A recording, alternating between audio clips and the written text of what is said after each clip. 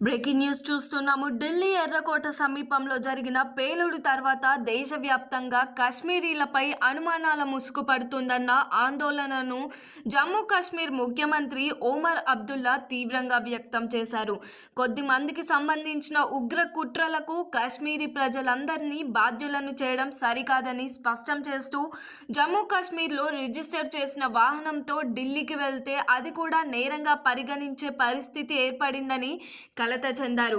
ఆయన చెప్పిన ప్రకారం ఢిల్లీ ఘటనకు నిజంగా కొద్ది మందే కారణాలైనప్పటికీ దేశమంతటా కాశ్మీరీలపై అనవసర అనుమానాలు, వివక్ష పెరిగిపోవడం ఆందోళనకరం.